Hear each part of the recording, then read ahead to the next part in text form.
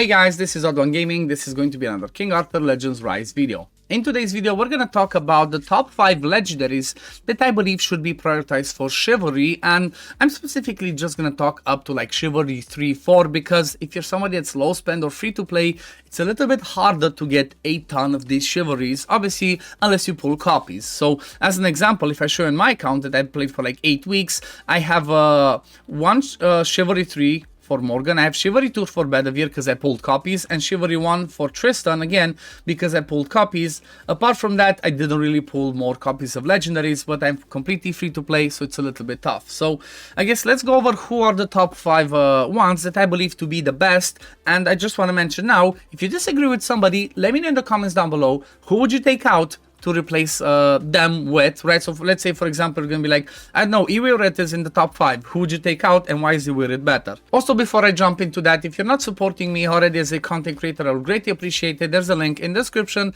and the pinned comment of this video. You can click that, you can support me for free, doesn't cost you nothing, helps me a ton, and pretty much if you do that, you're gonna get coupons for every time I do a mission, right? They have certain tasks for content creators, so every month you get at least 2 coupons from me that you can use in game. So yeah, appreciate if you support me, and let's jump into it. So number 1, from my point of view, and I think most of the people would agree, is to be Morgan. You heard that right. You might be surprised because you know what? People in general are used to, in games, when they get a free legendary, they're used to that free legendary to be bad, not good enough, right? They might be like, oh, it's a trap. No. Morgan's actually, from my point of view, priority number 1 to get to Chivalry 3 because she becomes just busted. Obviously, going further to 5 to 8 is going to make it even better, but the reason why she's so good for Chivalry 3 is because it completely enhances this passive.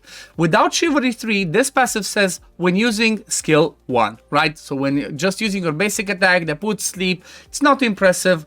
Then you land defense decrease 2 and damage taken increase 3. This is insane. Like, the damage potential that she brings by doing this is huge. But if you only land it with the skill 1, it's not as good. So that's why, if you look at her Chivalry 3, changes Squall of Stone's activation condition to when attacking. So it doesn't matter. If you skill 2 or skill 3, she's still gonna land this one. Obviously, because of that reason, you're going to use her pretty much everywhere. So the way you would want to build her would be fast and with high effect accuracy. So because of that, people would say go to C5 for her to get more of the attack speed, and even C8 to bring this crazy passive. But again, we're just talking up to C3. So that's number 1. Now, number 2, which might be arguable, but I do believe this one to be the best one. Number 2 is going to be Bedivere. The reason for that is Bedivere is still, at least at the time of me recording this video, the number 1 damage dealer in the game, right? So he's gonna be insane. With the first Chivalry, increases the passive ignore defense by an extra 10%. So the first passive ignores only 10%. With this one, he ignores 20%. But then the Chivalry 2 is extremely important because his second passive grants Pierce increase 1 for 1 turn. Obviously, this one's gonna be insane as he's just gonna do a lot more damage. And what do you want from a damage dealer? Obviously, to do a ton more damage. And then the third passive, Veteran's Valor, charges Vigor by 2. Now, do keep in mind that maybe this one isn't as priority. Obviously, if you go to C8 again, he's just going to be better and better. But I believe if you don't go to C8, just going to C2, you could stop for Bedivere, because the way that he's built and his kit, you want him to mostly use the Frost Relic with the second skill. That's the one that hits the hardest, right? Best possible one for him. And this one only triggers when you use the third skill, right? The third passive, Veteran's Valor, which you're not normally going to use as much if you just use him for the Frost Relic. So Bedivere, number 2. Now, number 3, that I personally like a lot and I love, she's amazing, is going to be Gillian, right? The reason why I like her a lot is because she has some really fun ones, and again, especially the C3 is pretty good. Again, I want to emphasize, not talking about C8s, everybody has some insane Chivalry 8s, but for legendaries, it's a lot harder to get. Now, what does Gillian do? On the first passive, Harvest Energy increases recovery amount and grants abnormal status immunity for 2 turns. Amazing. She already has a passive that cleanses, and I think actually this is the same passive. Yep, the same passive. So when she does that cleansing of abnormal statuses, she cleanses she pretty much puts abnormal status as well, and then also gives some healing. So definitely makes it worth it. And then Chivalry 3, this one is just busted, right? This one's just busted because Flexible Diplomacy hits an additional time. Now let me show you what that one does. So this one does like this. After healing an ally, right, and it does, honestly, I think this one doesn't only trigger from her, or it might be, I might be wrong, but I think it's whenever a healing happens, 60% chance to charge the attack gauge by 30% to a random allies. If you skill this up, it goes on 2 allies, and then if you have the Chivalry, you pretty much have 4 triggers, right? You have 4 procs of 30% attack gauge increase. That's massive. That's insane. That's a lot of attack gauge. You're gonna be going so often with that you know, you're gonna see it's a massive change for the game. Now, the last 2 that I want to talk about, I don't personally have, but this is from what I've seen the community talk. So number 4, again, after number 1 and 2, they might not be in the exact particular order, but the next one is going to be Ain, right? Ain is pretty much used in several areas of the game. She's pretty much an endgame one, can be good from the beginning till the end, and her chivalries are pretty insane. So the first one, Fake Queen's Authority, removes 1 debuff from all allies, right? This is the third passive. So when an ally is hit, she has a chance to increase the buff duration, and also then with the Chivalry on remove debuffs, which is going to be awesome. But then Chivalry 3 and 4 are just insane, okay? We're going to get there. So the Chivalry 2, Torrent of Mana damage increases according to effect resistance stat, right? So this one, whenever she uses the 3rd skill, she attacks all enemies 2 times, does some damage, and then gets extra damage based on the resistance that she has. So this one happens with the Chivalry 2. That's where it becomes a little bit more damage, right? So not only she is support that brings tons of buffs, right, and cool stuff, she also brings in some damage. Chivalry 3 triggers Ancient God's Favor at the start of the battle, which is this one, right? As soon as you go into the battle, you get counterattack trigger rate increase and critical strike damage increase too for all your allies. And this is insane. Imagine just keep having, this is like having inbuilt counterattack sets on everybody, right? So this is just insane.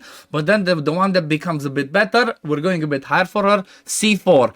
When she use Torrent, you use Torrent of Mana when counterattacking. So she already provides this counterattack chance from the 2nd passive. You can put her in the counterattack set as well, and then that's just gonna be, you know what, that's gonna be insane, because when you counterattack, you do this. You do AoE hits 2 times. So she's kind of like a pseudo, like I said, buffer, damage dealer. She can do some really crazy stuff. So I think once you get to the end game, if you do have her built and get towards like C3, C4, she might just be in all of your teams, right? So definitely Ain to keep in mind. And then the last one, which I wasn't sure about, but I guess we're just going to talk about Merlin. And the reason why I put Merlin as number 5 is because he can be extremely useful in the area of the game. But the thing that makes him unique is this 3rd passive, right? When using skill 3 while current HP is 30% or lower, revives all allies, right? You revive all dead allies. So having some investment in him makes it good, because the first Chivalry grants all allies Light of Dawn for the rest of battle at the start of battle, which means when the weather is day,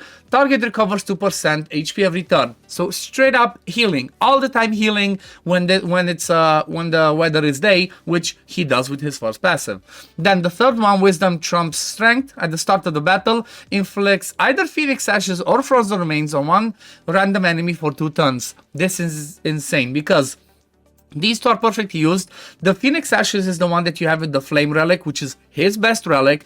Every time somebody attacks him, there's a chance to gain attack gauge while they have that debuff, which is insane. And then the Frozen Remains is kind of like the King of Gorgos. This allows him to make a 3-man Gorgos team. Pretty much, he lands that straight up when you go into the battle, and that allows you to be able to deal with those dots, because they're going to be immune, right? 3 people in your team are going to be immune. That's why you would have him and 2 other ones in the 3-man Gorgos team to just do that. But then also, I guess, let's talk about Chivalry 4, because this is a really good one and it's worth getting if you're going to invest in him. The revive increases the ally max HP by 30%. So instead of all of them being revived with 30% HP, they go with 60. That's massive, because 30% you might be killed straight up, but with 60, it's a different story.